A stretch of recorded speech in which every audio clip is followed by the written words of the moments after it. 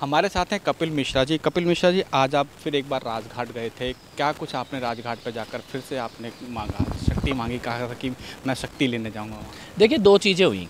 एक तो विधानसभा में मेरा गला दबाने की कोशिश की गई और उसके साथ-साथ जो बंसल परिवार के भ्रष्टाचार को जिसने उजागर किया, राहुल शर्मा, उसके ऊपर कल गोलियाँ चलाई गई नोएडा में। तो एक तरह से जो भी अरविंद केजरीवाल का भ्रष्टाचार खोल रहा है, उसकी ज़ुबान बंद रखने की, उसको मारने की, उसको डराने की ये कोशिशें की जा रही हैं। तो इसीलिए बापू के यहाँ गया आशीर्वाद मांगने के लिए, शक्ति मांगने के लिए। और ये भी कहना चाहता हूँ मैं कि अरविंद केजरीवाल जी, हम बापू के पुजारी हैं, महात्मा गांधी में आस्था रखते हैं, लेकिन ये मत सोचना कि हमने भगत सिंह को नहीं पढ़ा। हमने भगत सिंह को भी पढ़ा है। किसी गलतफहमी में ना रहें अरविंद केजरीवाल।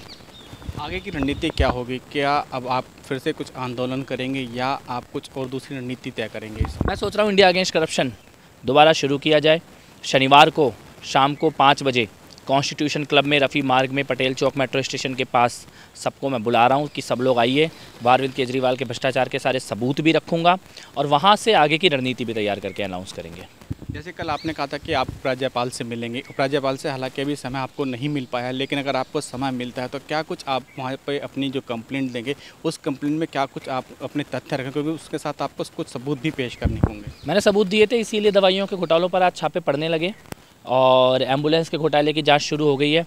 और उपराज्यपाल से सबसे पहले तो मैं राहुल के लिए सुरक्षा की मांग करूंगा, क्योंकि राहुल विसिल ब्लोअर हैं और उनकी जान को खतरा है, उन पर गोलियां चलाई गई हैं। तो सबसे पहले तो मैं उनके लिए सुरक्षा की मांग करूंगा और उसके बाद ये भी कहूँगा कि विधानसभा में जो भी हुआ है इसकी जाँच होनी चाहिए। लेकिन जिस तरीके से कल विधानसभा अध्यक्ष ने कहा कि वो आपके खिलाफ भी कार्रवाई करेंगे, तो आपको क्या लगता है कि क्या पोस्टर दिखाने की वजह से सिर्फ एक जो विधायक का जो एक अंदर का एक नेचर होता है उसको दबाने की कोशिश की है? क्योंकि एक अंदर पोस्टर दिखाना शायद एक संवैधानिक एक तरीका भी होता है कि अपना विरोध दर्ज कराना। पोस्टर तो सभी दिखाते ही हैं और आम आदमी पार्टी के विधायकों ने भी कई बार दिखाया। पोस्टर तो छोड़िए, नकली ईवीएम मशीन तक दिखाई है सदन के अंदर। तो जो कार्रवाई करनी है कर ले, कोई चिंता की बात ही नहीं है। ये तो लड़ाई है, अधर्म से, असत्य से लड़ाई है, भ्रष्टाचार और सदाचार के बीच की लड़ाई है। जो मन में आए वो सब कुछ कर ले और जो उनसे नहीं हो पाएगा वो मैं करके दिखाऊंगा। लेकिन जिस तरीके से अगर हम बात करें कि आपको क्या लगता है कि क्या जो आप लोग विरोध कर रहे हैं अरविंद केजरीवाल का, अब वो अपने विधायकों जो आपको विरोध कर रहे हैं आम आदमी पार्टी के, उनके ही खिलाफ वो कार्रवाई कर रहे हैं? ऐसा कुछ आपको लग रहा है कि आपकी आवाज़ को दबाने की कोशिश की जा रही है आम आदमी पार्टी के द्वारा? आवाज़ दबाना तो बहुत छोटी बात है, कल तो गला दबाने की कोशिश की गई है और वो सारे देश ने देखा है। लेकिन मैं केवल इतना कहना चाहता हूँ, ना डरूंगा, ना चुप होऊंगा और ना छोड़ूंगा और अरविंद केजरीवाल के भ्रष्टाचार को उजागर करके रहूँगा। और एक चीज़ अरविंद केजरीवाल समझ लें, खुलेआम बोल रहा हूँ, महात्मा गांधी को भी मानता हूँ और भगत सिंह को भी पढ़ा है। इस बात को वो समझ लें अच्छी तरह। यानी कि चाटे के बदले चाटा नहीं। एक गाल आगे कर दिया, दूसरा आगे कर दिया, तीसरा है ही नहीं हमारे पास। तो तीसरा नहीं, तीसरे में वार होगा। अब वार करने की आवश्यकता नहीं है, अब एक्सपोज करेंगे, जेल भिजवाएंगे अपराधियों को। एक जैसे आपने बंसल का नाम लिया, बंसल जी का उद्घाटन का जो खुलासे, उन्होंने एक राहुल शर्मा हैं, वो भी विसिल ब्लोअर हैं जो तमाम तरीके की आरटीआई लगाते हैं, उन्होंने भी खुलासा किया था। ग्रेटर नोएडा में कल उनके ऊपर भी गोलीबारी की गई। आपको क्या लगता है कि क्या जो अरविंद केजरीवाल के घोटालों को खुलासा कर रहा है, क्या वो उनकी आवाज़ को दबाने के लिए अब दूसरे हथकंडे भी अपना रहे हैं? अपना रहे हैं, हत्या की कोशिश है। सीधे सीधे एक माफिया की तरह काम कर रहे थे और अब सारे राज खुल रहे हैं। तो एक माफिया की तरह सबूतों को ख़त्म करना, गवाहों को मारना, आवाज़ उठाने वाले का मुंह बंद करने की कोशिश करना, ये कर रहे हैं। लेकिन वो हमें जानते नहीं हैं। मेरे को लगता है वो अभी पहचान नहीं पाए हैं। हम आम आदमी पार्टी के कार्यकर्ता हैं, भ्रष्टाचार से लड़ने वाले। हम किस मिट्टी के बने हैं अरविंद केजरीवाल को पता नहीं है। एक आखिरी सवाल, अभी कुछ सवाल और भी रहेंगे।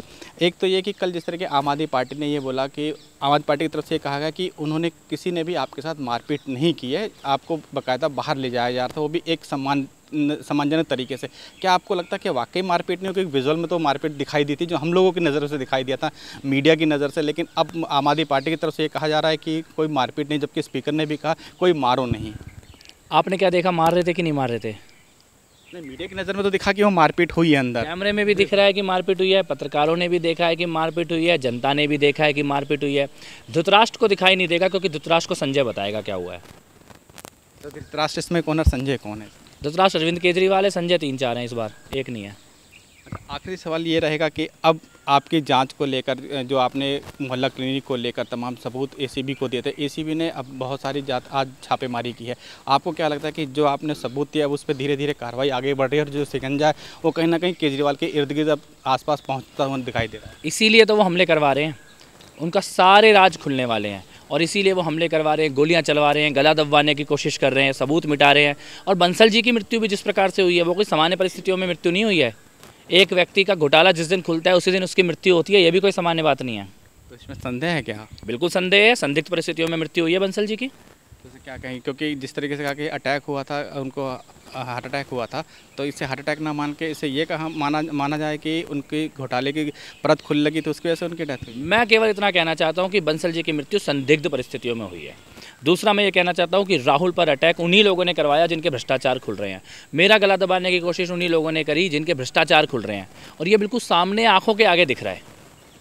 शुक्रिया। ये थे कपिल मिश्रा जी, जिनका कहना था कि वो उन्होंने महात्मा गांधी को भी पढ़ा है, भगत सिंह को भी पढ़ा है। जो भगत सिंह जो वो गुरु हैं कि जो आंदोलनकारी के एक मसीहा माने जाते हैं। कैमरामैन अजीत के साथ अनिल कुमार सिंह, टोटल न्यूज़, दिल्ली।